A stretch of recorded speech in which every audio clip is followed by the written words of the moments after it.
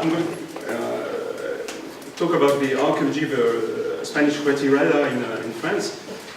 First, everybody knows that this famous picture was taken by Robert Capa during the Spanish Civil War. This is one of the most famous photographs in history. The Spanish Civil War, which took place between 1936 and 1939, is one of the greatest tragedies of the 20th century. And its final episode, which is lesser known than this photograph, and was no exception. This is another photograph taken by a friend of Robert Capa. His surname was Chim, and this photograph by Chim is not so famous as the previous one, but it pictures another tragedy. At the end of the Spanish Civil War, in February 1939, nearly 500,000 Spanish Republicans, including 300,000 soldiers and 200,000 civilians, found a refuge in France. It means 500,000 people crossing the border in only 3 weeks. It's one of the biggest exodus of the 20th century. This episode is known in Spanish as the Retirada. It's a Spanish word for retreat. When they crossed the French border, the Spanish refugees thought that the French government was a left government, just like the Spanish Republic, will welcome them. But that was not what happened at all. The Spanish refugees were put immediately under control by French policemen and soldiers. The women and children were separated from the men.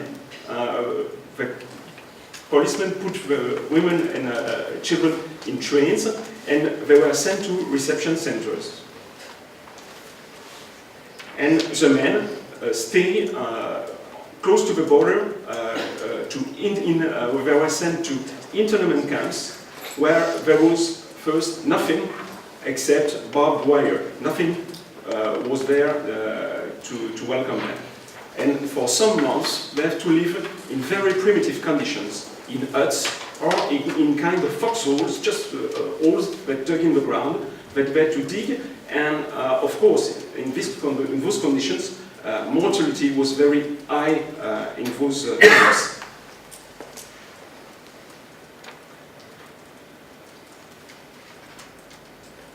Thereafter, more permanent camps were built. This is the camp of Gurs in the Pyrenees, for example, where more than 400 barracks were built to hold 18,000 people behind 250 kilometers of barbed wire. Those camps were built on very simple schemes, just like military camps, and also with wooden barracks of military origin. So they are very close to military camps. This is the first generation of camps, the camps of the French Republic in 1939 and in the beginning of 1940. After the defeat of France in June 1940, the Spanish people were considered by the Vichy regime as undesirable, and the men were sent to forced labor, and the women and children were imprisoned in the internment camps where they lived with the other people that were also considered by the Vichy regime as undesirable, namely Jews and Gypsies. This is the second generation of camps, the camps of the Vichy regime between 1940 and 1944. The question is, what kind of archaeological remains did the Retirada leave?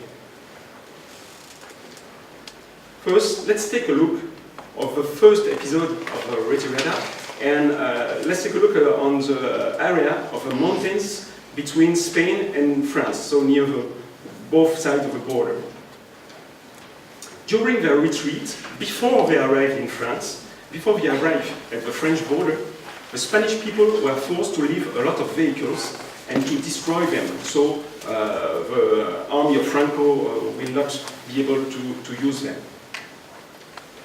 The situation was completely different after the Spanish people had crossed the French border. On the French side of the border, the vehicles that managed to reach France were collected by the French government and carefully stored. A part of them was sent back to Spain, to Franco, and another part was used by the French army. The situation is the same for military equipment, and especially for weapons. On the Spanish side of the border, a lot of weapons were dropped by Republican soldiers just before they arrived in France, because they have been fighting until the last moment against the troops of Franco. And so a lot of those weapons can still be found on the ground, and here is a sample of those guns which were found on the ground after the war, and which are displayed in the Spanish Museum of Camprodon in Catalonia, so just near the French border. It's interesting to notice that most of those guns were sabotaged by their owners by removing the breech. The breech are absent on most of the guns. And that's also exactly the same for the pistols. The pistols were also sabotaged by tearing them to pieces. Once again, the situation was completely different on the French side of the border, because what I was talking about is on the Spanish side. Now, the French side. On the French side of the border, the French army and police collected all the weapons and sent them back to Spain, to Franco's government, which explained that no remains of those weapons can be found on French ground. Now, let's take a look at the internment camps and their remains. First, the building. There is a building in the camp of Riverside, and a little Spanish girl who was interned in the camp of Riverside. In most of the camps, the barracks were made of wood. They were military barracks, and they were made of wood with only a foundation of concrete. And now, the only thing remaining is the foundation of concrete, just like here, we have an example in Gurs. So only little parts of those barracks are remaining. And this is the only barrack remaining of more than 400 in the camp of Gurs. It has been surviving because it was used by a farmer, in fact. Otherwise, it would have been completely destroyed. In those wooden barracks, the conditions of life were very poor, especially because they were overcrowded. They were far too small for the thousand people that who must live in those barracks. The camp of Riverside showed totally different kinds of barracks made of concrete, because these barracks were built initially for the French army, and this military camp was, after that, converted into an internment camp in 1941. Some pictures, this is probably a propaganda pictures, we have to know that. Some pictures seem to show that life was better in Riverside than in other camps, but it is not true at all. In fact, you can see on these pictures, the barracks of Riverside camp were made of poor materials with very thin walls. And Riverside, perhaps we are in the south of France, but the winter can be very, very, very cold and also very windy. And as there was no heating system in those barracks, during the winter, cold was extreme, and people could do nothing except staying in bed with all their clothes on. This is a little boy in the camp of Riverside. This is one of the reasons why so many people died in this camp of Riverside. Now let's take a look at the artifacts found in the camps, and let's try to answer to a question. Is it possible to identify artifacts which are specifically Spanish?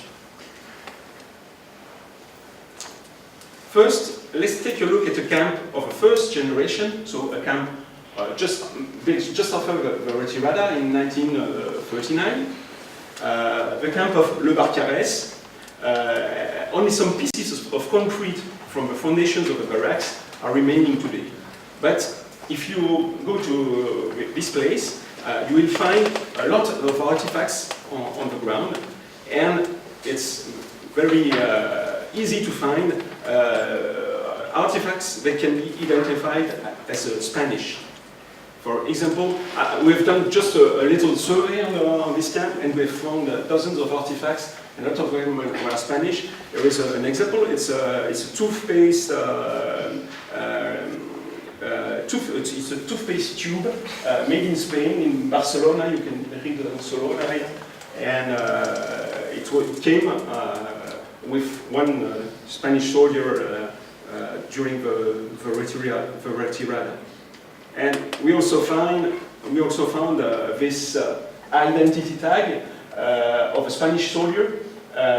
He made it himself, obviously, and his name was Manuel Lorenzo, with a Z and the end. Manuel Lorenzo.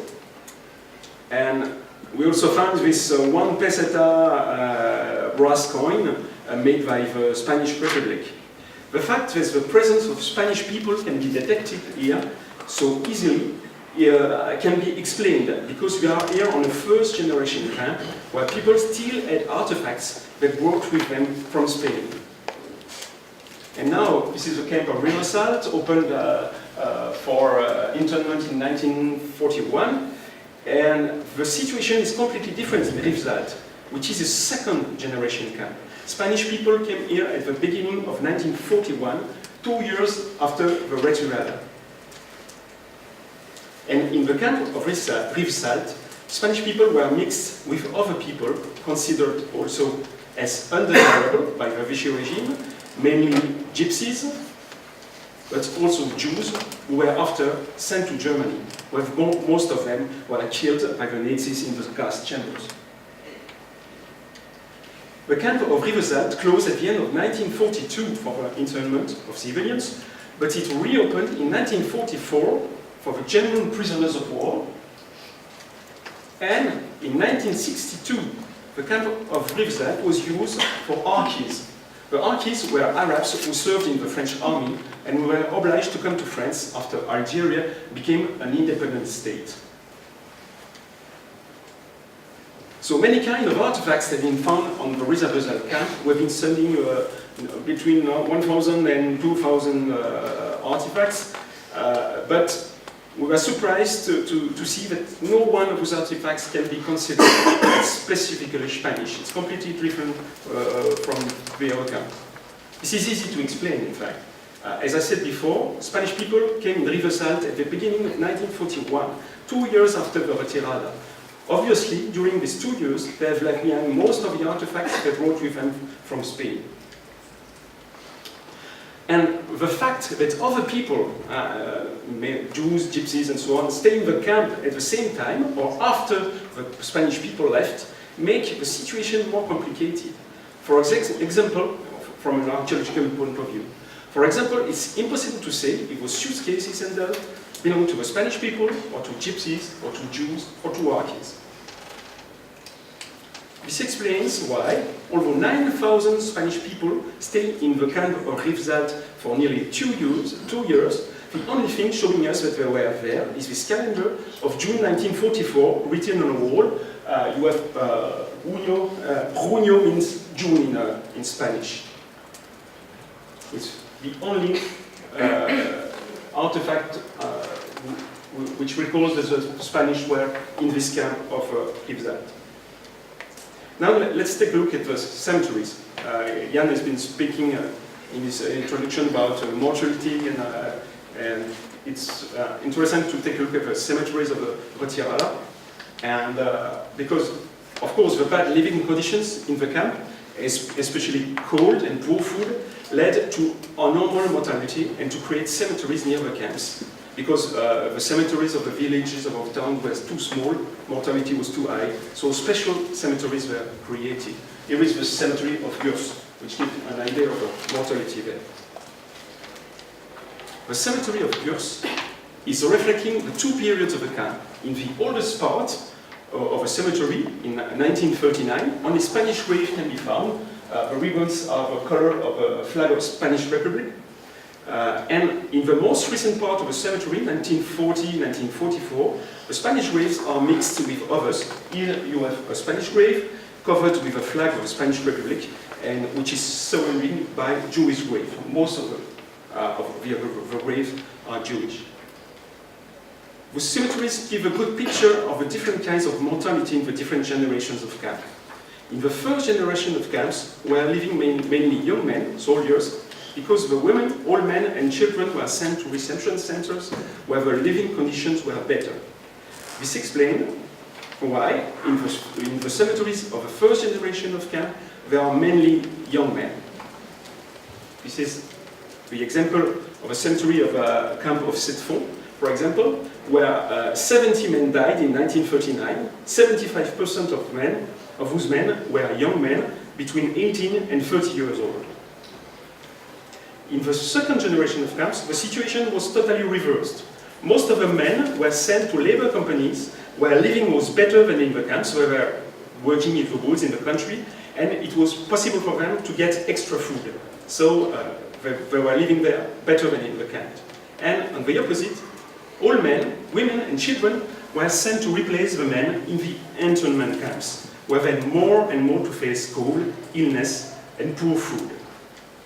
Mortality was especially high among children and especially among babies less than 1 year old. The grave here in Gurs of Beatriz Parra Otero, a young Spanish girl, in the Gurs cemetery is a good example of this mortality.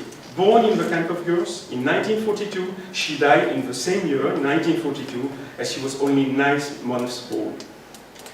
As a summary, the archaeological remains of the Retirada which can be identified are first pieces of vehicles and weapons near the roads between Spain and France, but mainly before the French border, Spanish artifacts and graffitis in the internment camps, mainly in the camps of the first generation, and cemeteries with a normal mortality. Mainly young men in the camps of the first generation, and children, especially babies, in the camps of the second generation. Now, what happened to those remains after the war? What is their role in the celebration process?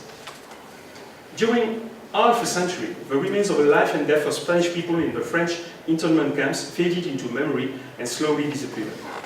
Only a lot of Spanish people continue to live in France, nearly 200,000 or 300,000, but it was forbidden for them to build monuments, so only a few little monuments were built by private people in the cemeteries, like here in the cemetery in Setfond, hommage à nos compatriotes espagnols, homage to our Spanish comrades. And in fact, the official monuments were saying nothing about the internment camps. They were when they were talking about the Spanish, they were celebrating the guerrilleros, the Spanish fighters in the resistance against the Nazis, like here in Régional, or like here in Le Barcarès. This monument was built near the remains of an internment camp, but nothing records that this camp ever existed. This is a monument for the fighters, not a monument for the prisoners.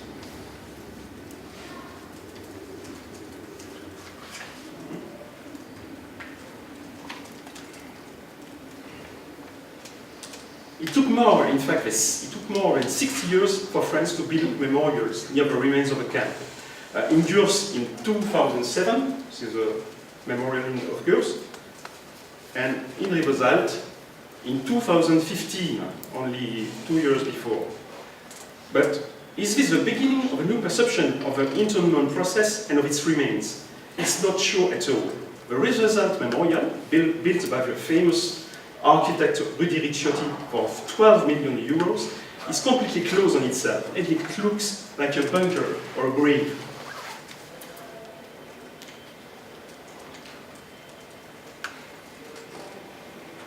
When you are inside the memorial of Régional, you cannot see the remains of the camp. Everything is closed. Most of the presentation is made of pictures with only a few artifacts. Everything seems to be done to keep people far from reality. And to make sure that what happened here will remain locked in the past. Only a small part of the camp of Régional near the memorial is protected and open to the public. The biggest part of the camp is a forbidden zone used by the French army.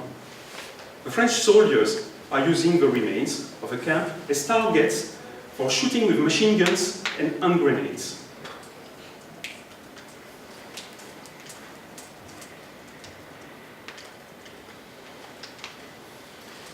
Most of the camp remains will disappear very quickly in the next years. One day, nothing will remain, just like nothing happened there, another way to lock the past in the past. When he came to inaugurate the memorial of Rivesaltes, the French Prime Minister Manuel Valls, whose parents were Spanish, his origin is a Spanish name, said France's history, traditions, and message is to welcome everybody who's trying to escape persecution and torture. But what Manuel Valls said comes totally in contradiction with what he did, because France, under Manuel Valls' government, did not welcome the refugees, just like in 1939, France did not welcome the Spanish people of the Retirada. As a conclusion, I would like to say that the Retirada and its remains should not be locked in the past, like most of politicians would like to do. The Retirada and its remains should not be buried in expensive memorials by fashionable architects. There should be a message for the present and for the future.